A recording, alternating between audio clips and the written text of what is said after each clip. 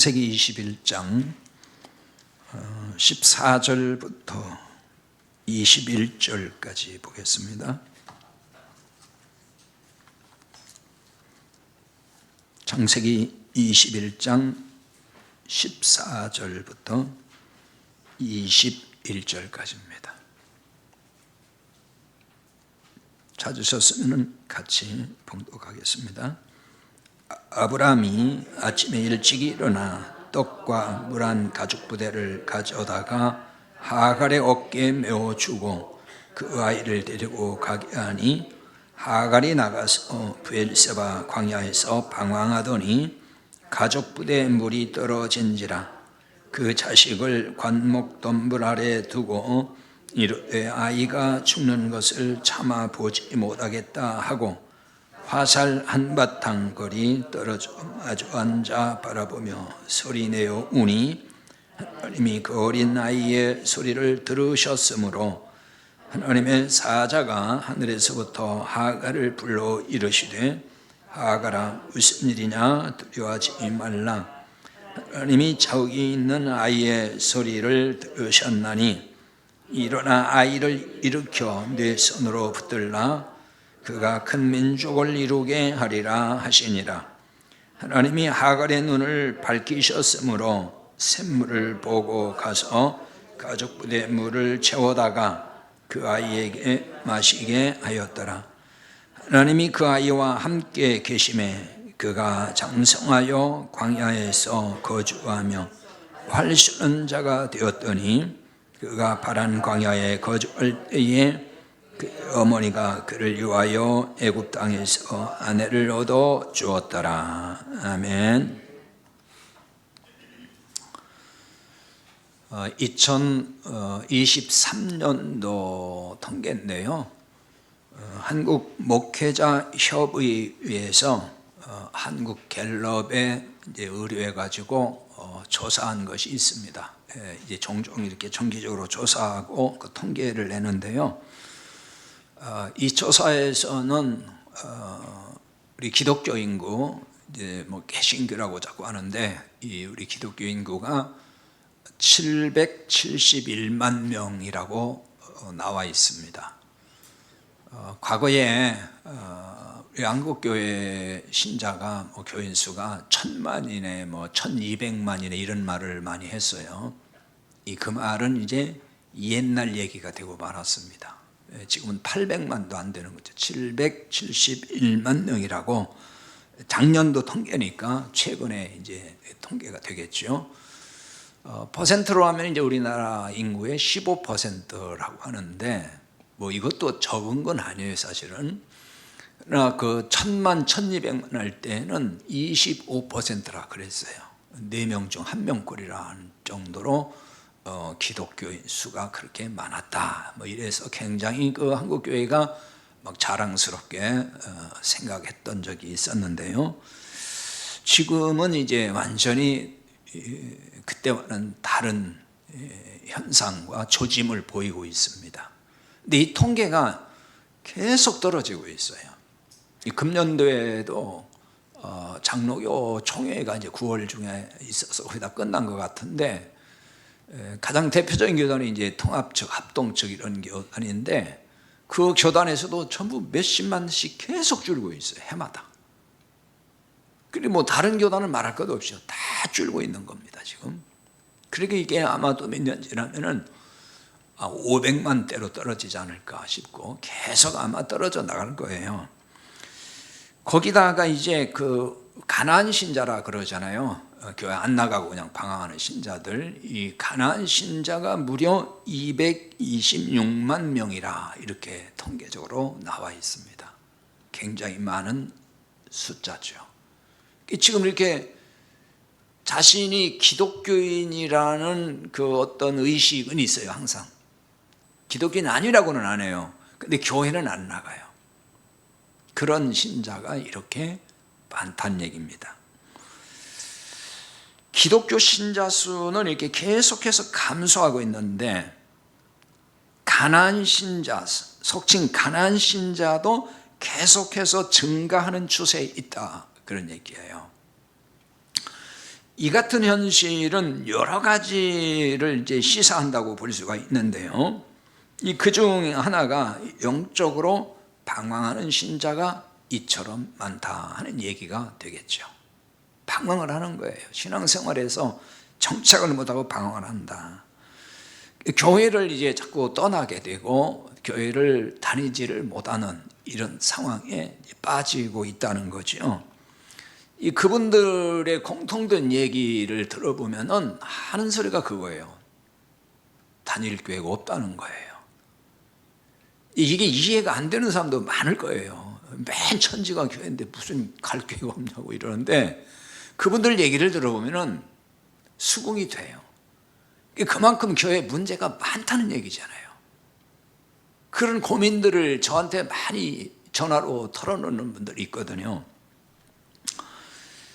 가난한 신자만 이제 방황하는 건 아니죠. 교회 출석을 잘 하고 있는 그 신자 중에도 상당수가 있을 것이다. 이렇게 예측이 돼요. 왜냐하면은 이런 얘기도 많이 듣거든요. 지금 다니는 교회도 뭐 이렇게 썩 마음에 들어서 다니는 건 아니라는 거예요. 교회를 가긴 가야 되겠는데 갈 만한 교회는 없어요. 안 갈 수는 없고 그게 지금 마음에 안 들어요. 정말 여기 다니고 싶지 않대요.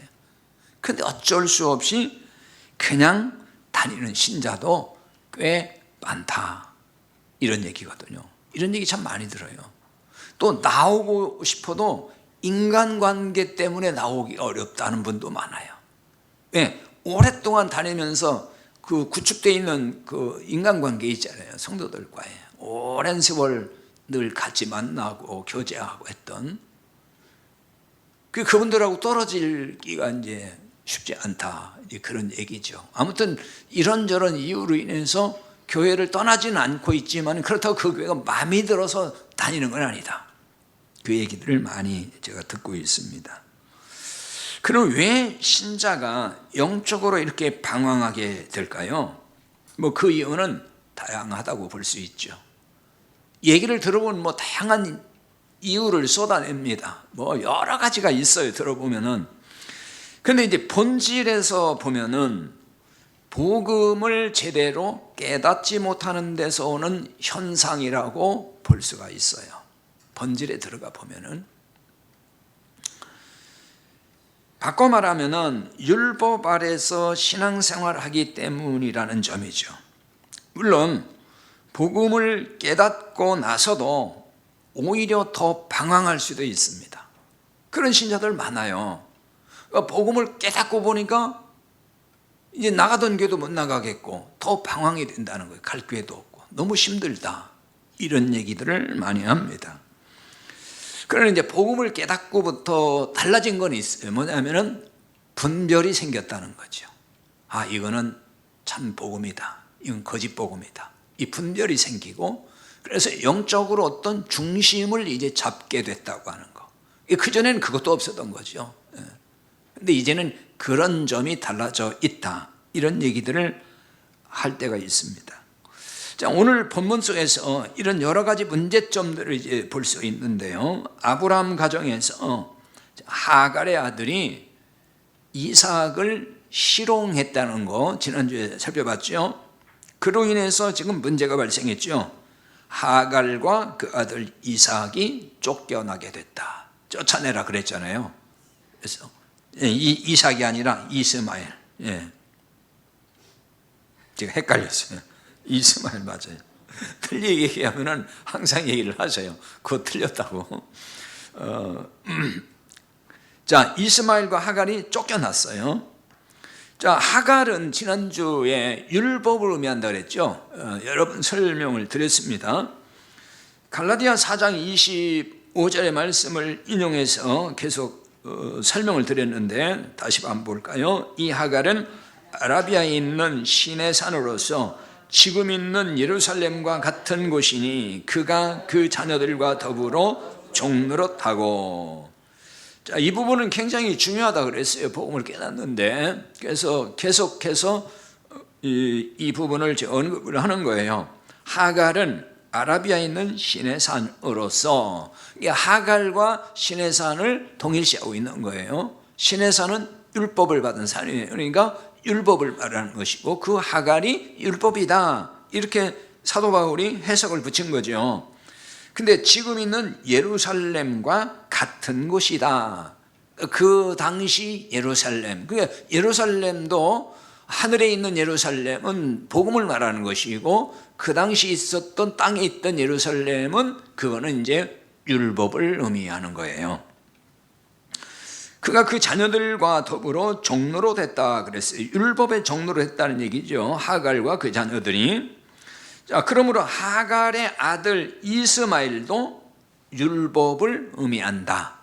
왜? 율법의 자식이니까 율법이란 말이에요. 율법을 상징하는 거죠. 그러니까 그렇게 볼 수가 있어요. 그러니까 이런 배경에서 하갈과 이스마엘을 율법주의 신자 모형으로 보고 오늘 본문을 살펴보자, 그 얘기입니다. 아브라함이 하갈과 이스마엘을 내보낼 때 하갈에게 떡과 그리고 물 한 가죽 부대를 주었다 그랬어요. 그래서 하갈은 아들과 함께 지금 떡과 물이 든 가죽 부대를 지금 갖고 브엘세바 광야로 갔다 그랬죠. 근데 여기서 방황했다고 나와요. 14절이죠. 14절 하반절에 브엘세바 광야에서 방황하더니, 브엘세바 광야로 갔는데 거기서 방황했다 그랬어요. 여기서 방황한다는 말은 히브리어 타라는 동사인데 길을 잃었다 그런 뜻이에요. 뭐 다 그냥 그대로 알 수 있는 얘기인데, 유리한다 혹은 혼동된다 이런 뜻입니다. 그럼 어디서 방황했어요? 브엘세바 광야 그랬습니다. 브엘세바 광야. 이 브엘세바는 히브리 원문 그대로 말하면 베르세바 그런 말이에요. 이 베르라는 말은 우물이라는 뜻이에요. 세바는 일곱 혹은 맹세 그런 뜻이 있어요. 그래서 아마도 세븐이 이 세바에서 나왔다 이렇게 보고 있습니다. 영어의 세븐이 이 세바에서 나왔다. 일곱. 근데 이게 일곱이라는 말과 함께 맹세라는 뜻이 또 있어요. 같이 이 부분을 뭐 설명하면 또 여기서 깊은 의미가 있긴 한데 나중에 또 기회 되면 좀 더 그때 살펴보고. 자, 여기서 브엘세바는 그러니까 그 뜻으로 보면은 맹세 우물이라고도 할 수 있고 그 다음에 일곱 우물이라는 뜻도 되는 거예요. 일곱 우물. 그러니까 브엘세바는 광야입니다. 분명히 이 브엘세바라는 명칭이 사실은 지금 나왔지만은 다음 주에 나오는 이야기예요. 사실은. 어쨌든 브엘세바는 광야인데, 광야이긴 하지만은 여기 마실 물이 있는 우물이 있었다 그 얘기예요. 그러니까 브엘세바 일곱 우물이 있었다.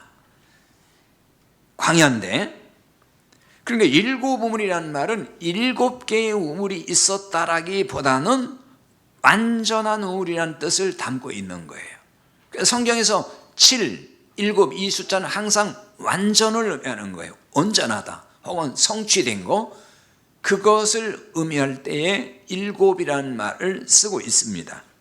그러니까 이걸 이제 신약으로, 즉 영적으로 보면 완전한 우물 이렇게 볼 수 있어요. 완전한 우물, 성취된 우물. 그럼 그 우물이 뭘겠어요? 예수 그리스도가 되신다. 그래서 우물은 예수 그리스도를 말하는 거예요. 영원히 목마르지 않게 하는 생수를 주시는 분이 예수 그리스도잖아요. 그분이 우물이 되는 거예요. 생수의 근원되는 우물. 자, 그거를 요한복음 4장 14절, 아까 우리가 그 찬양소에서도, 찬송에서도 그 찬송했죠. 목마른 자는 다 내게로 와라. 그게 그 찬송이에요. 요한복음 4장 24절 같이 보겠습니다. 내가 주는 물을 마시는 자는 영원히 목마르지 아니하리니 내가 주는 물은 그 속에서 영생하도록 솟아나는 샘물이 되리라. 이건 예수님께서 수가성 우물에서 물길로 나온 사마리아 여인과 대화하는 중에 하신 말씀이죠. 그 여인에게 내가 주는 물을 마시는 자는 영원히 목마르지 않는다. 그러니까 이게 완전한 우물인 거죠. 그러니까 예수님이 주시는 물이니까 예수님이 우물이란 말이죠. 내가 주는 물은 그 속에서 영생하도록 하는 얘기는 하도록이란 말은 안으로 그런 뜻이에요. 에이스란 전치사에 영생으로 들어가도록 하는 샘물이 된다 그런 뜻입니다.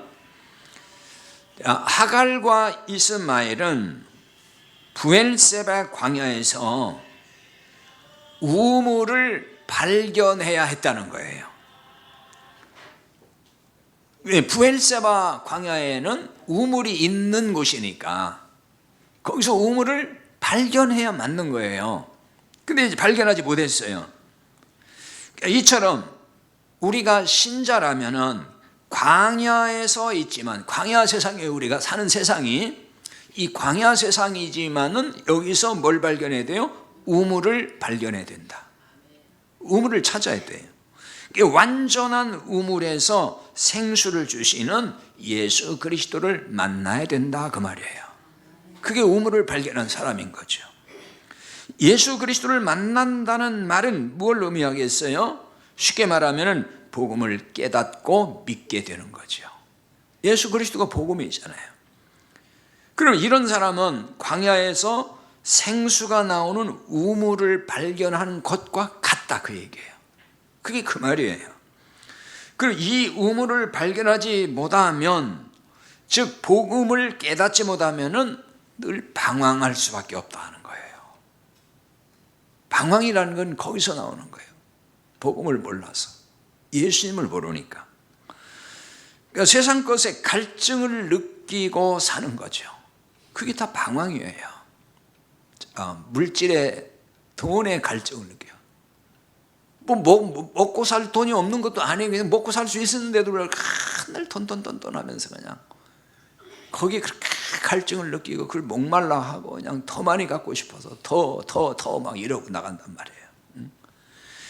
뿐만 아니라 또 그 뭐 쾌락에 또 사로잡힌 사람들은 거기에 그냥 목말라 가지고 그걸 쫓아다니기 바쁘고, 명예에 또 목마른 사람들은 그 명예 하나 얻으려고 뭔가 애를 다 쓰고, 그 권력에 목마른 사람들은 그 뭐 죽거리 많은 권력이라도 그냥 잡고 싶어 가지고 얼마나 노력하고 거기다 돈 투자하고 막 이렇게 사는 사람들이 있잖아요.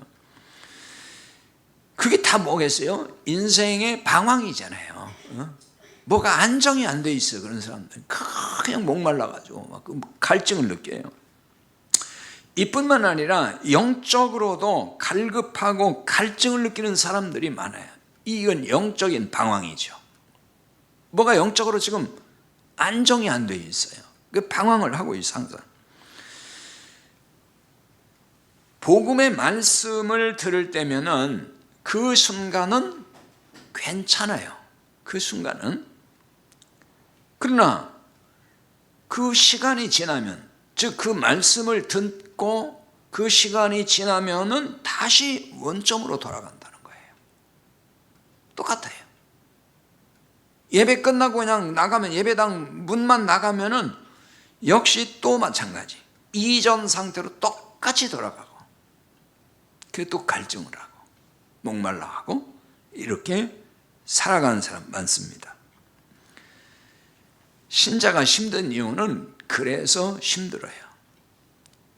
그 말씀을 들을 때는 끄덕끄덕하고 좋아하는데 끝나고 나가면은 똑같이 돼버려요. 그게 사는 게 힘들죠. 사는 게 왜 힘들겠어요? 갈증이 있는 게 힘든 거예요. 갈증이 사라지면 그게 힘들지 않거든요. 그걸 다른 말로 뭐라고 해요? 자유하다 그러는 거잖아요.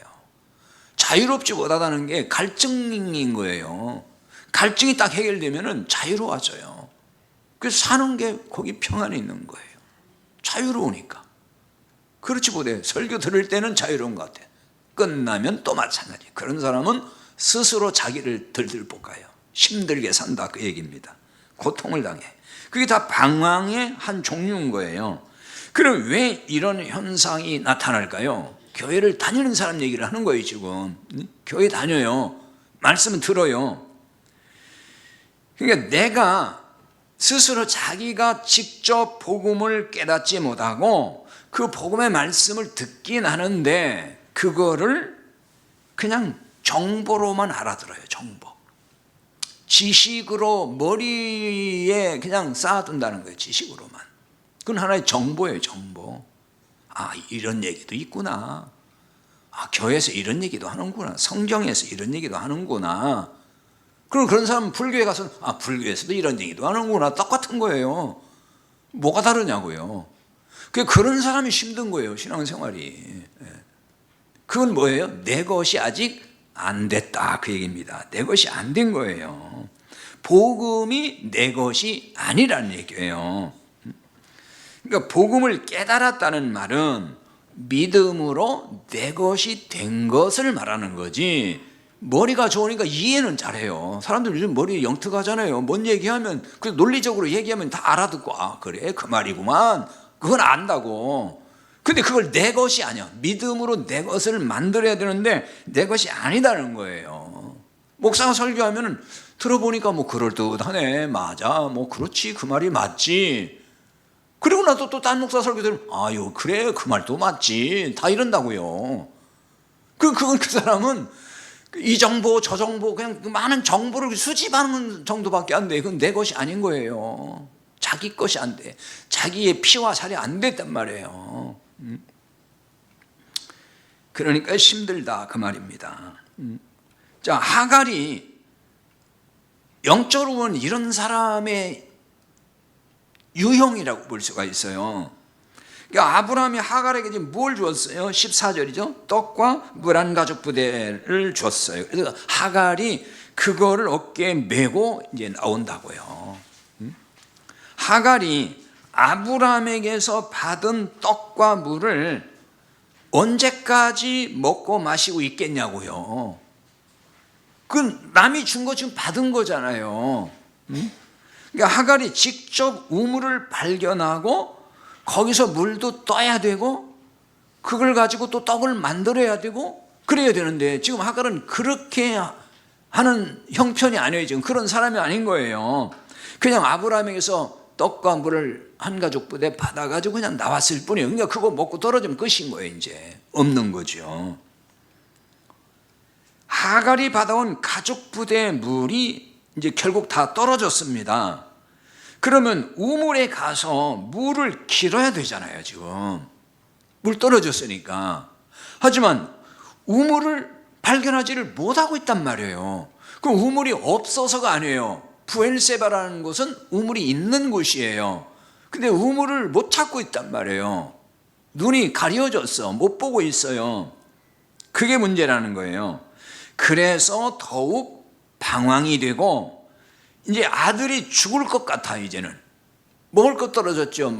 마실 물도 없죠. 그러니까 아들이 죽을 것 같으니까 통곡을 하게 됐다. 이 얘기거든요.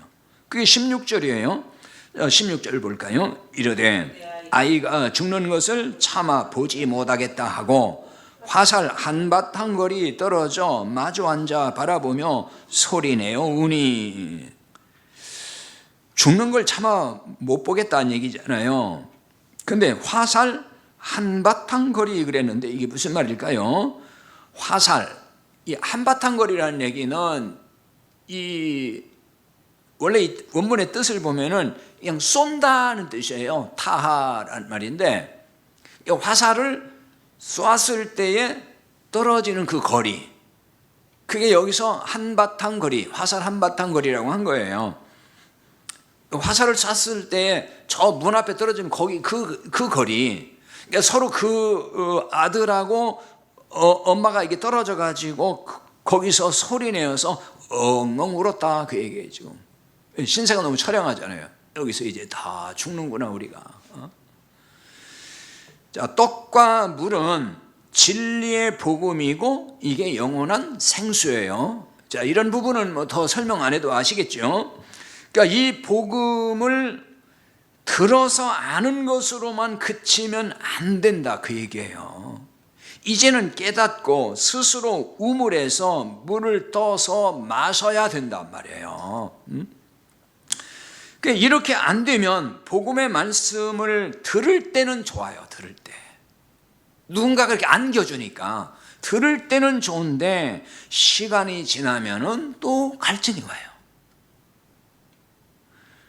스스로 떡을 만들어 먹고 생수를 우물에서 퍼가지고 마셔야 되잖아요.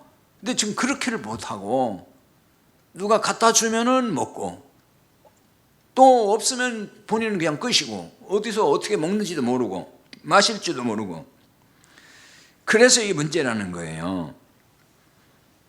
자, 그러니까 이제는 떡을 내가 스스로 만들어 먹고 생수를 퍼서 마시고 이래야 되거든요. 그게 뭐냐? 스스로 성경에 있는 그 떡을 먹고 물을 마셔야 한다, 그 얘기인 거예요. 성경이 뭐예요? 성경이 복음의 말씀이고 떡이고 또 이것이 생수예요. 다 해당하는 거예요. 똑같은 말이에요. 떡과 생수가 뭐 다른 게 아니에요. 다 똑같은 말이에요. 진리의 복음을 그렇게 표현하는 거란 말이에요. 자, 그런데 이렇게 신앙생활을 하지 못하고 있다는 얘기죠. 많은 신자들이. 그러니까 스스로 생명의 떡과 생수를 성경에서 찾아 먹고 마시지를 못하고 있다는 거예요. 그래서 이런 신자들은 전부 다 그냥 설교를 듣는 것으로 끝난다. 설교 들으면 그걸로 끝.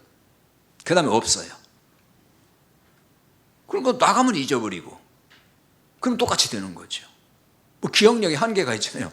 그걸 정보로만 가지고 있으려니까 나가면 또 잊어버리고, 그러니까 자기 생활은 늘 피폐하고 똑같은 거예요. 달라질 게 하나도 없어요.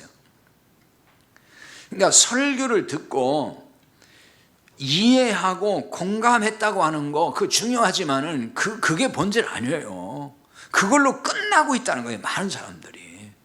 들어보니까 참 그럴듯한 말이네. 맞는 말이야. 공감을 해.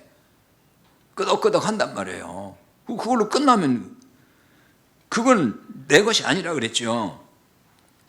그러니까 이해하고 공감하면은 그걸 성경에서 다시 확인하고 내 믿음이 되어야 돼. 그게 내 믿음이 되어야 된단 말이에요. 그게 내 것이어야 돼.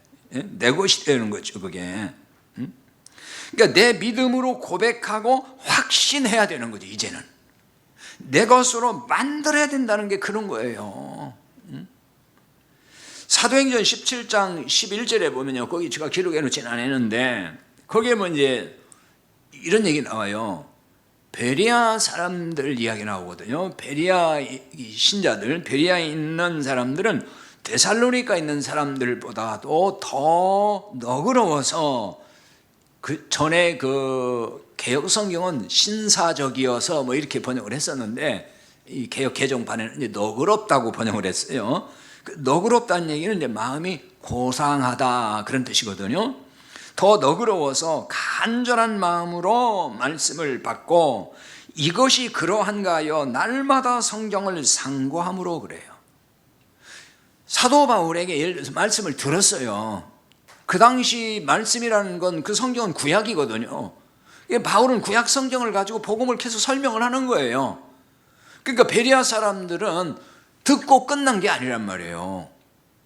집에 와가지고 이게 진짜 맞는 거야 하고 성경을 펴서 그걸 확인해 보고 상고했다. 그 상고했다는 말은 그 원문의 뜻을 보면 이거는 그 조사한다 그런 뜻이에요. 마치 그 수사관이 이게 죄가 있는지 없는지 샅샅이 이렇게 뒤지듯이 그렇게 꼼꼼하게 말씀을 들여다본다는 얘기예요. 수박 8개 쓱 한 번에 읽어버리는 게 아니고 계속 그걸 묵상이라 그러거든요. 되새기면서 계속 말씀은 되새겨야 돼요. 계속. 구약에 보면은 먹을 수 있는 동물 중에는 되새김질하는 거거든요. 그것도 그냥 말씀한 게 아니에요. 되새김질. 우리가 그렇게 살아야 된다는 걸 말하는 거예요. 하나님 백성은 말씀의 꼴을 먹고 그렇게 되새김질해야 된다. 계속. 그게 상고한다는 거예요. 그러니까 날마다 성경을 상고했다. 그거예요. 그래야만이 그게 내 것이 비로소 되는 거예요. 그 과정이 없고 그냥 듣는 걸로 그때 긍정하고 그래 맞아 좋은 얘기네 이걸로 끝나면은 그건 그 목사의 그 설교 그거예요. 그 사람 거지 자기 게 아닌 거예요. 그냥 이렇게 하는 거를 너그러워 그랬잖아요. 고상하다 그러는 거예요. 고상하다. 그냥 뭐 옷이나 잘 차려입고 그냥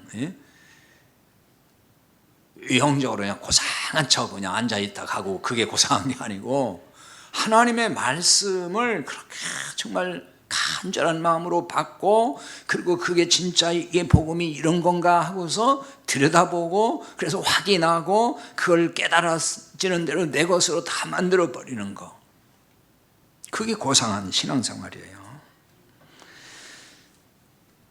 그러니까 이런 과정이 없으면은 아무리 좋은 내용을 들어도 그건 그냥 내 것이 아니에요. 내 것이 될 수가 없어요. 그러니까 설교를 통해 복음을 깨닫고 믿게 되었으면은 성경을 스스로 보려고 노력을 해야 돼요. 이제 스스로 보려고. 스스로 성경을 읽고 묵상하면서 거기서 떡을 먹고 생수를 마셔야 된다는 얘기예요. 이렇게 하지 못하고 이게 안 되면은 어떻게 해야 되냐? 이걸 답답해하고 그래서 기도해야 되는 거예요. 성경이 영 안 봐줘요. 그리고 뭔가 답답하기만 해. 그러면 그걸 놓고 기도해야 되는 거예요. 그걸 놓고 이런 문제를 놓고 기도하며 하나님께 구해야 된단 말이에요. 하갈과 이스마엘이 소리내어 울었잖아요. 지금 먹을 거 떨어지고 물은 없고 안 보이고 얼마나 답답해요. 그러니까 지금 우는 거예요. 대성통곡하고. 이게 뭐예요? 일종의 기도라고요. 지금 이게 물이 없는 광야에서 이들이 할 수 있는 일이 이것 외에는 할 게 없었다는 거죠. 그러니까 우리에게 이러한 그 절실함과 간절함, 이게 우리에게 필요한 거예요. 그러니까 성경을 읽어도 도무지 할 수가 없어요. 그럼 영적 갈증을 느끼잖아요. 읽어도 그냥 하얀 건 종인 것 같고 까만 건 글자인 것 같은데 이게 도대체 한국말은 한국말인데 무슨 말인지를 모르겠고 처음에는 다 어려워요. 어렵습니다. 어려워요. 성경을 읽으면 뭐 눈이 떠졌다 해서 막 그게 다 깨달아지고 안다는 얘기를 지금 하는 건 아니에요. 그건 쉽지 않아요. 그러니까 거기에서 도무지 할 수가 없을 때 거기에서 갈증을 느끼면서 우리가 정말 애통해하는 마음을 가졌는가? 우리가 세상 문제를 놓고는 울기도 잘하고 기도도 잘해요. 진짜 막 억울해서 울기도 하고 하나님께 기도하고. 근데 영적인 문제를 놓고는 정말 울면서 기도해 본 적이 있느냐 그거예요. 영적인 문제, 내 영적인 상태를 놓고서. 우리가 진정 구할 일은 닫힌 눈이 열려서 성경에서 복음을 보는 거, 그거 아니겠어요? 이거는 뭐 목사에게는 뭐 정말 가장 중요한 일이고요. 근데 이제 이건 목회자에게만 필요한 게 아니고 성도들에게도 이게 필요한 거예요. 그래야 이제 속지 않고 신앙생활을 하는 거예요. 그래서 우리가 성경을 보는 눈이 열리도록 기도해야 된다는 거예요. 우리가 기도할 게 이런 거 기도해야 돼요. 자, 거기 10편 119편 18절 적어놨죠. 거기 이렇게 돼 있죠. 내 눈을 열어서 주의 율법에서 놀라운 걸 보게 하소서. 자, 내 눈을 열어서 그랬잖아요. 이 연다는 얘기는 덮개를 벗긴다 그런 뜻이에요. 눈이 뭔가 이렇게 덮개로 가려져 있어요. 보지 못하는 눈이라는 거예요. 지금 그걸 열어서 율법에서 놀라운 걸 보게 하소서. 여기 놀라운 게 뭐겠어요? 이 히브리의 팔라라는 얘기인데 하나님의 구원의 비밀을 말할 때 쓰는 말이에요. 그러니까 복음이잖아요. 구원의 비밀이. 그거를 볼 수 있게 해달라고 기도하고 있다고요. 근데 여기 이제 본다는 얘기는 뜻이 본다는 말과 함께 또 순종한다는 말도 있어요. 그게 이건 뭐냐면은 복음을 보고 거기에 따라 순종할 수 있도록 그런 얘기가 되는 거죠. 근데 여기 눈을 열어 그랬잖아요. 근데 이 눈이라는 단어가 이 참 재밌는 단어거든요. 언젠가 제가 한번 설명하기도 한 것 같은데, 이게 아인이라고 그러거든요. 히브리 말로. 영어로는 아이 그러잖아요. 그게 이게 영어 단어가 히브리어가 아니면 헬라어에서 나와 있어요. 단어 뿌리를 보면 거의 다 그래요. 아인, 아이 비슷하잖아요. 근데 우리 우리 아이라는 말도 있지만은 또 하나 어떤 뜻이냐면 샘물, 그런 뜻을 갖고 있는 게 히브리어의 아인이에요. 눈이라는 말 두 가지. 우리가 보는 이 눈뿐만 아니라 샘물, 그런 뜻이 있다. 그러니까 이 두 가지 뜻을 합해 보면 재미있는 해석이 나오거든요. 뭐냐면은, 자, 덮인 눈을 열어 주소서. 그럼 눈이 덮인 게 이제 벗겨져 가지고 그 눈이 떠지잖아요. 그렇게 되면은 그게 소경된 자가 보는 거예요. 신약에서 예수님이 눈 어두운 자를 뜨게 해주잖아요. 바로 이런 얘기를 하는 거예요. 그래서 복음을 보게 한다. 예수님을 보게 한다. 근데 이 눈을 열려서 보면은 결국 뭐가 보여요? 예수님이 보이고, 예수님이 보인다는 거는 샘물이 보인다는 얘기잖아요. 영원한 생수가 되는 그 샘물이 보인다. 예수 그리스도가 보이는 거. 그게 눈이 떠진 사람이라는 거예요. 눈이 열린 사람. 자, 이런 게 물론 기도만 한다고 되는 거 아니에요. 이 오해하면 안 되거든요. 한국 교인들은 참 오해를 많이 해가지고 설교할 때 제가 자꾸 또 얘기하는데, 하나님 내 눈 좀 열어주세요. 눈 좀 열어서 막 그걸 이제 영안이 열리게 해달라는 식으로 기도하잖아요. 영안 뭐 해가지고 그 기도만 한다고. 기도만 해서 되는 거 아니에요. 성경을 어떻게 해야 돼요? 일단 읽고 묵상하고 공부하고 그러면서 기도하고. 그래서 말씀과 기도는 같이 가는 거예요. 이게 두 양 수레바퀴와 같은 거예요. 기도와 말씀은 같이 가야 된다.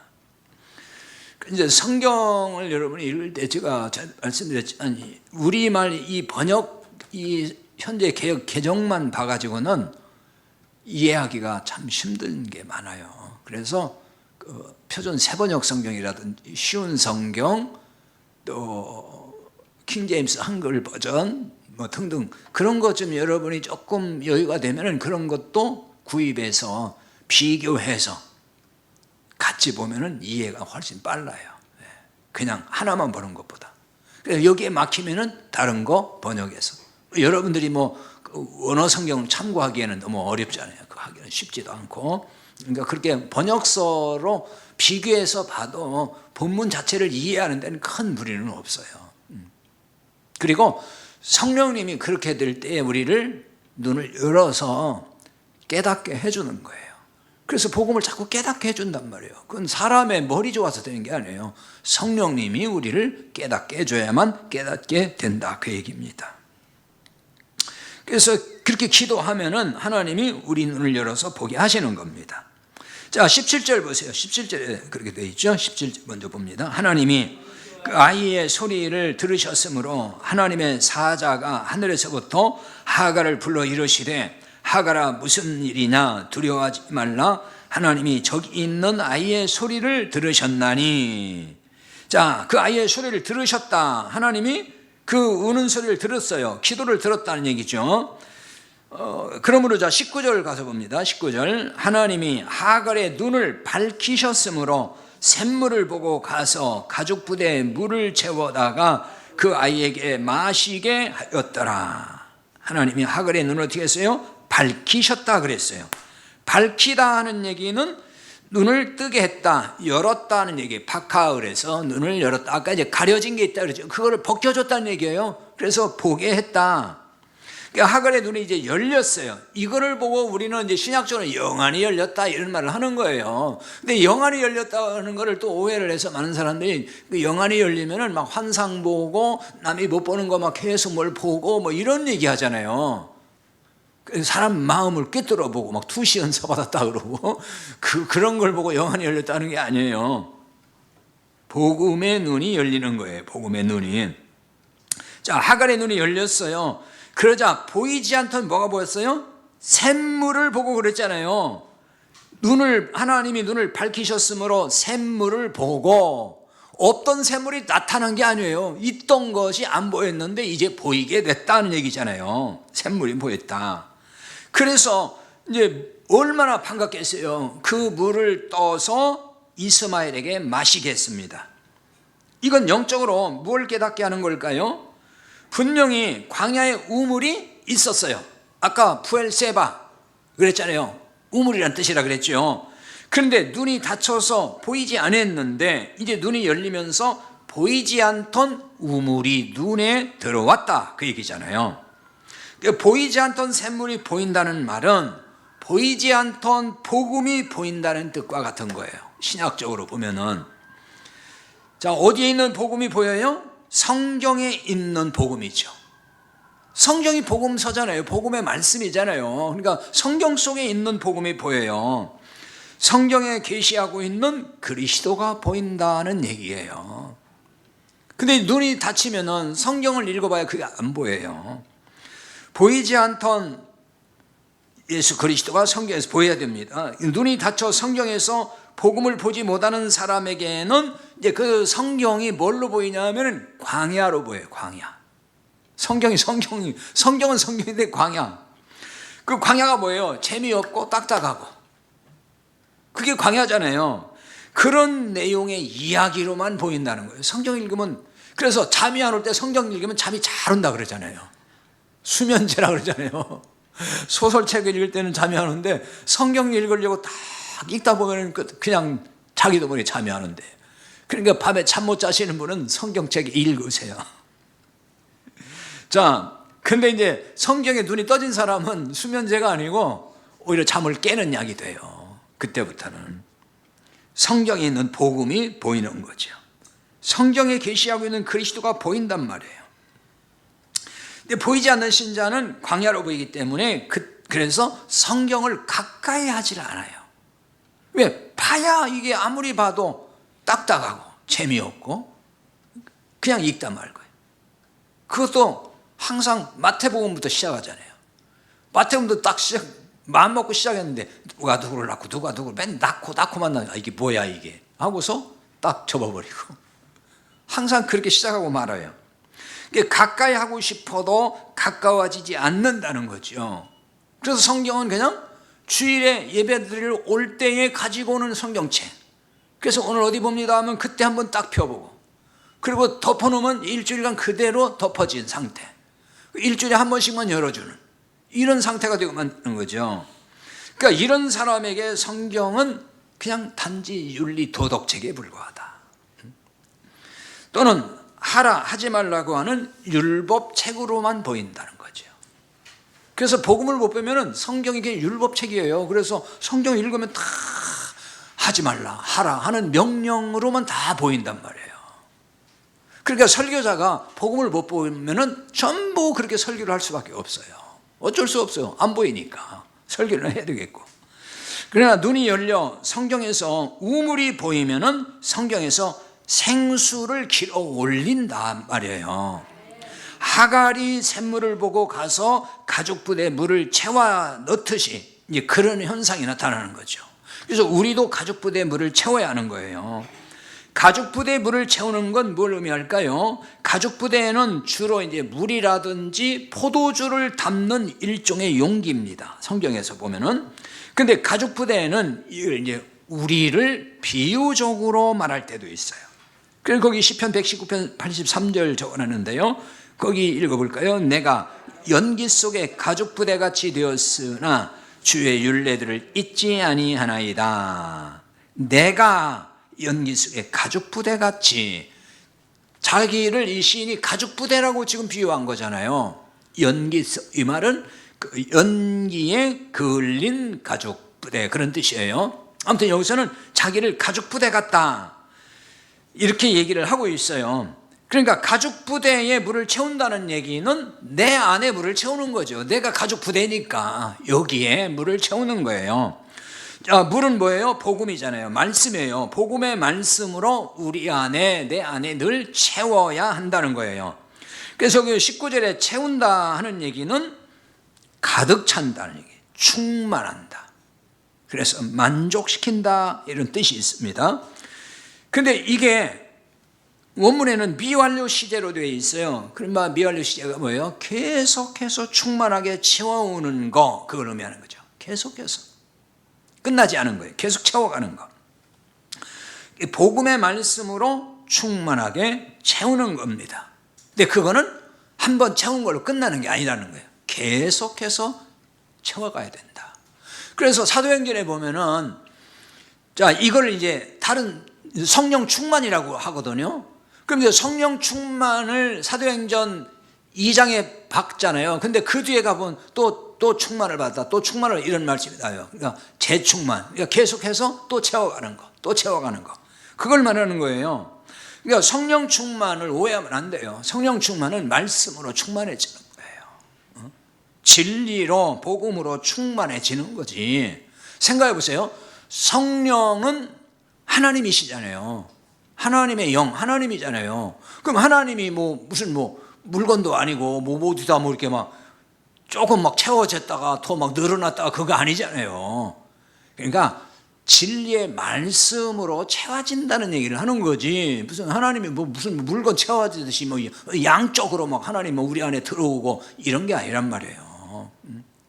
성령은 인격적이에요. 그러니까 그런 얘기가 아니고 진리의 말씀이 내 안에 채워지는 거. 왜? 성령은 뭐예요? 진리의 영이라고 그러잖아요. 그래서 그 채워지는 거예요, 내 안에. 그걸 성령 충만이라고 그러는 거예요. 이렇게 진리의 말씀으로 충만하면은 뭐가 오냐? 참 만족이 와요. 비로소 만족이 오는 거예요. 그렇게 채운다는 말이 만족시킨다는 뜻도 있다고 그랬잖아요. 만족이 오는 거예요. 이것을 보고 생수의 강이 배에서 흘러난다, 또 이렇게도 말을 하는 거예요. 요한복음 7장 38절 39절 적어놨죠? 같이 보겠습니다. 나를 믿는 자는 성경의 이름과 같이 그 배에서 생수의 강이 흘러나오리라. 이는 그를 믿는 자들이 받을 성령을 가리켜 말씀하시는 것이다 그랬어요. 자, 성령이 임하여 생수의 강이 흘러나와요. 그러니까 뭐가 없어요? 갈증이 없다는 거예요. 참 만족이 있다. 비록 광야 세상에 살지만은 인생의 갈증이 없어지고, 그래서 방황할 일이 이제는 없어지고 말아요. 이리저리 진리를 찾아 헤매면서 목말라 하지도 않는다는 거죠. 이런 신자가 될 때 우리가 생수를 나누어 줄 수가 있어요. 가죽 부대인 내 안에 생수의 복음으로 충만하기 때문에 이제 나누어 줄 수가 있는 거죠.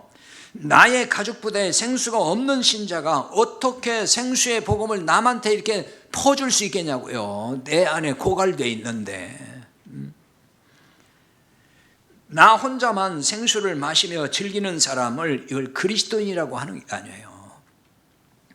영혼의 생수를 마시는 자는 목마른 자에게 찾아가서 생수를 줘야 돼요.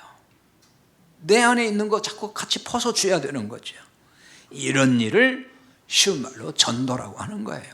전도라는 게 교회 홍보하는 게 전도가 아니고 이 생수의 복음을 가서 전해주는 거, 가서 나눠주는 거, 그겁니다. 그래서 중요한 일은 그러니까 나의 가죽 부대, 내 안에 생수의 복음으로 충만하게 채워지는 것이 될 것입니다. 309장 찬송하고 마치겠습니다. 309장입니다.